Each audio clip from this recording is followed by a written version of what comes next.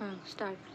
दसम के सभी भैया ध्यान दें, हमने आपको ग्राफ बनाना बताया था, युगपत समीकरण बनाना भी आपको बताया था।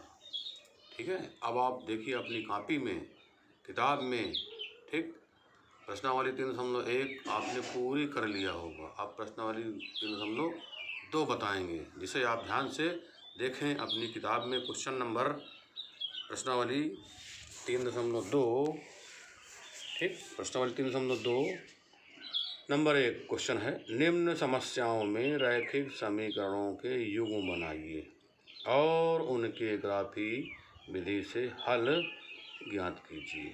ठीक, तो पहले क्या बनाना है आपको? रैखिक समीकरणों के युग्म बनाना है। युग्म बनाने के पश्चात आपको अज्ञात राशि जो मानेंगे आप, अर्थात उन अज्ञात राशियों का हल ग्राफी विधि से निकालना है। एक बार फिर से देख लीजिए, हम आपको बता दे रहे हैं। तो ग्राफी विधि से हल करना प्रश्न को आप अच्छी प्रकार से सीख लीजिए, क्योंकि ये बहुत ही अनिवार्य है। ठीक, ग्राफ बनाना आपको आना ही चाहिए। देखिए, आज तारीख है 11/5/2020,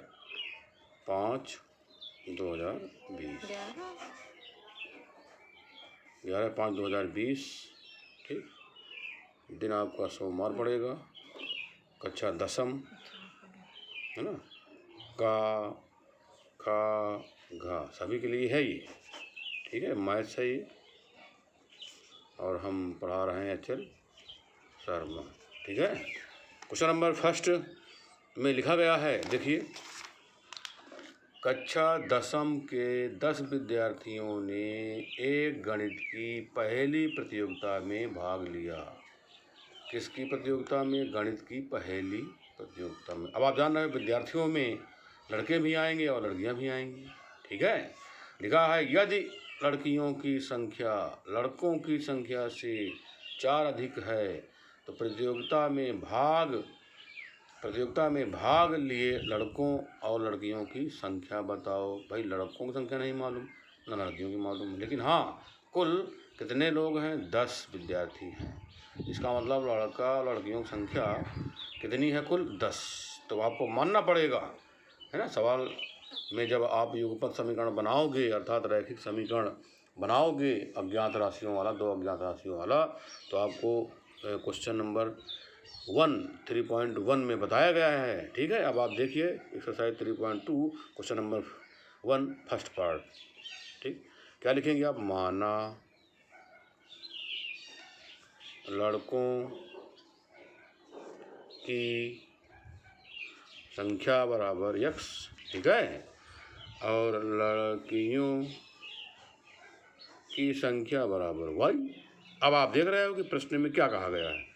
भाई, प्रश्न में कहा गया है कितने विद्यार्थी हैं? कुल 10, अर्थात x + y बराबर 10। ये भैया फर्स्ट समीकरण बन गया। ठीक, इसी प्रकार आप दूसरे समीकरण को ज्ञात करने के लिए प्रश्न को फिर एक बार पढ़ेंगे। देखिए, लिखा गया, यदि लड़कियों की संख्या लड़कों की संख्या से 4 अधिक है। ठीक है, किसकी संख्या? लड़कियों की संख्या लड़कों की संख्या से 4 अधिक, मतलब लड़कियों की संख्या ज़्यादा है। तो आप फिर से देखिए, लिखेंगे पुनः प्रश्नानुसार क्या है? किसकी संख्या अधिक है? लड़कियों की। लड़कों की संख्या क्या माना है आपने? y। ठीक है, और लड़कों क्या माना है? x। तो लड़कियों की संख्या लड़कों की संख्या से 4 अधिक है। लड़कियों वाली संख्या कौन है? y। लड़कों वाली कौन है? x। कौन संख्या ज़्यादा है? लड़कियों वाली। y ज़्यादा है। कितनी ज़्यादा है? 4। तो इसका मतलब यदि हम लड़कों में 4 जोड़ दें, ठीक है, तो आप संख्या ज़्यादा कम का कोई सवाल ही नहीं। क्या हो गई? संख्या बराबर हो गई, और बराबर लाना ज़रूरी है भाई, तभी तो समीकरण बनेगा। अब आप जान रहे हो कि हमारा y बराबर x + 4 आया।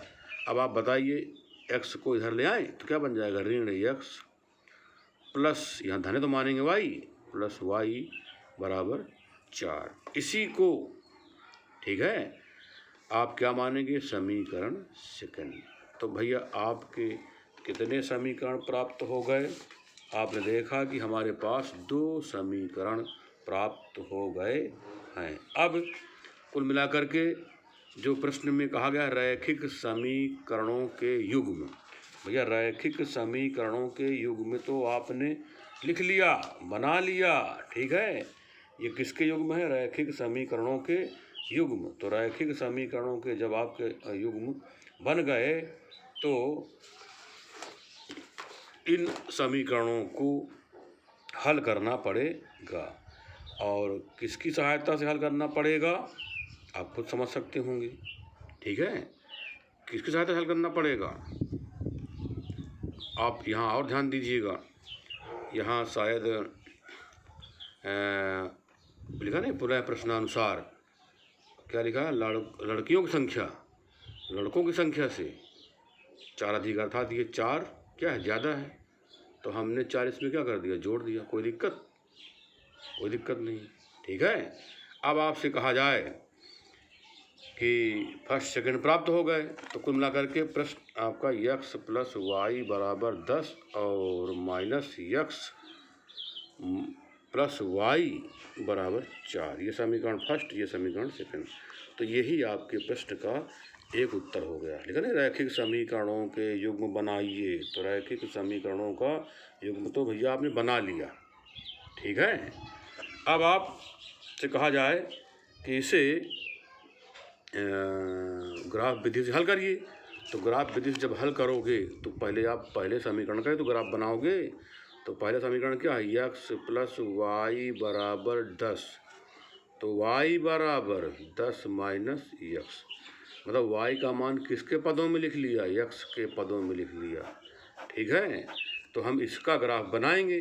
तो ग्राफ बनाने के पहले आपको याद होगा टेबल बनानी पड़ती है।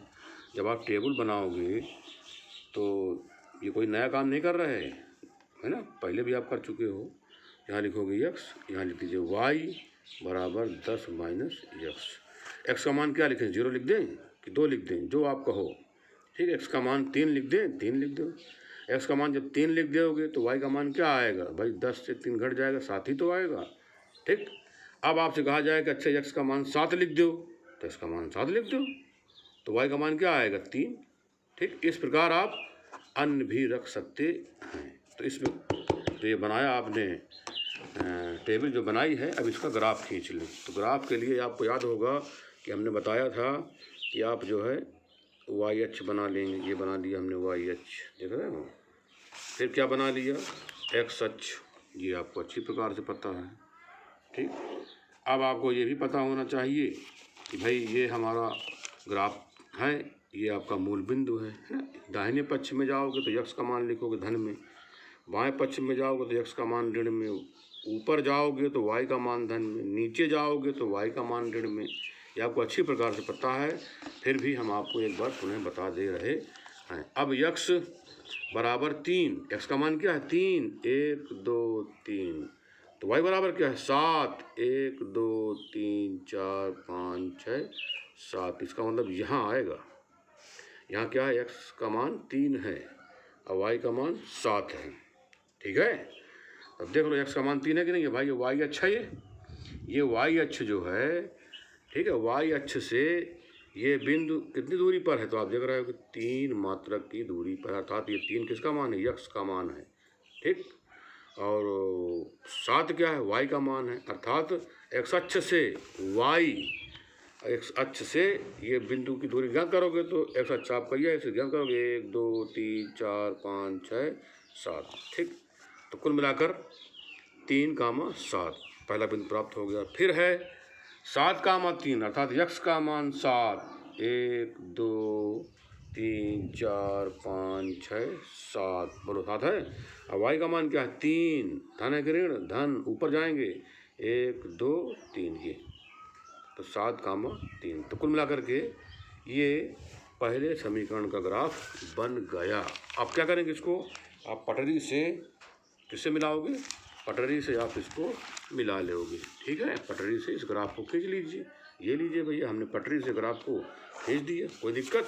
जब आप पटरी से ग्राफ को खींच दोगे तो ये किसका आपने किस समीकरण का ग्राफ बनाया, तो आप लिखोगे यहाँ x प्लस वाई बराबर 10।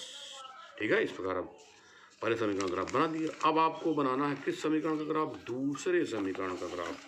ठीक है, तो दूसरे समीकरण का ग्राफ, दूसरा समीकरण है क्या, दूसरा समीकरण है माइनस एक्स प्लस वाई बराबर 4।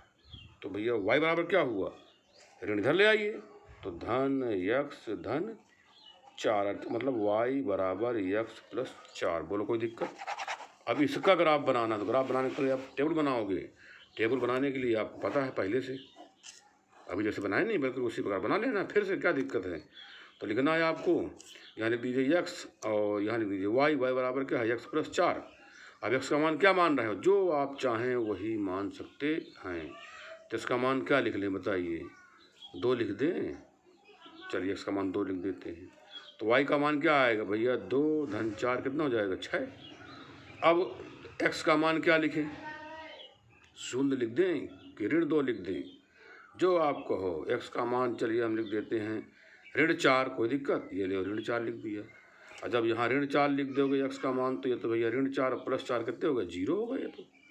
ठीक है, और आप चाहो तो x का मान क्या लिख सकते हो, x का मान और भी आप लिख सकते हैं। क्या लिख सकते हैं, अब आप देख लीजिए। x का मान हमको लगता है कि चलिए इसी से बना देते हैं ग्राफ, कोई दिक्कत, या लिख देते हैं। चलिए अच्छा, ऋण 2 लिख देते हैं।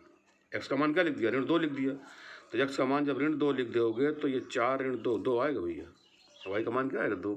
चलिए अब ग्राफ बना लेते हैं। तो ग्राफ अभी जो बनाया है बस उसी में फिर बनाना, अलग नहीं बनाना, उसी में बनाना। देखिए x का मान 2, y का मान 6, 1 2, और y का मान 6 है कहाँ, ऊपर के नीचे, ऊपर 1 2 3 4 5 6।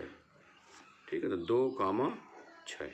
ठीक, अब फिर है x बराबर ऋण 4, 1 2 3 4, भैया ऋण 4 ही तो आएगा। और y बराबर क्या, 0, मतलब नहीं जाना आपको ऊपर ना नीचे, यहीं रहना है, ऋण 4 कामा 0। ठीक है, अब क्या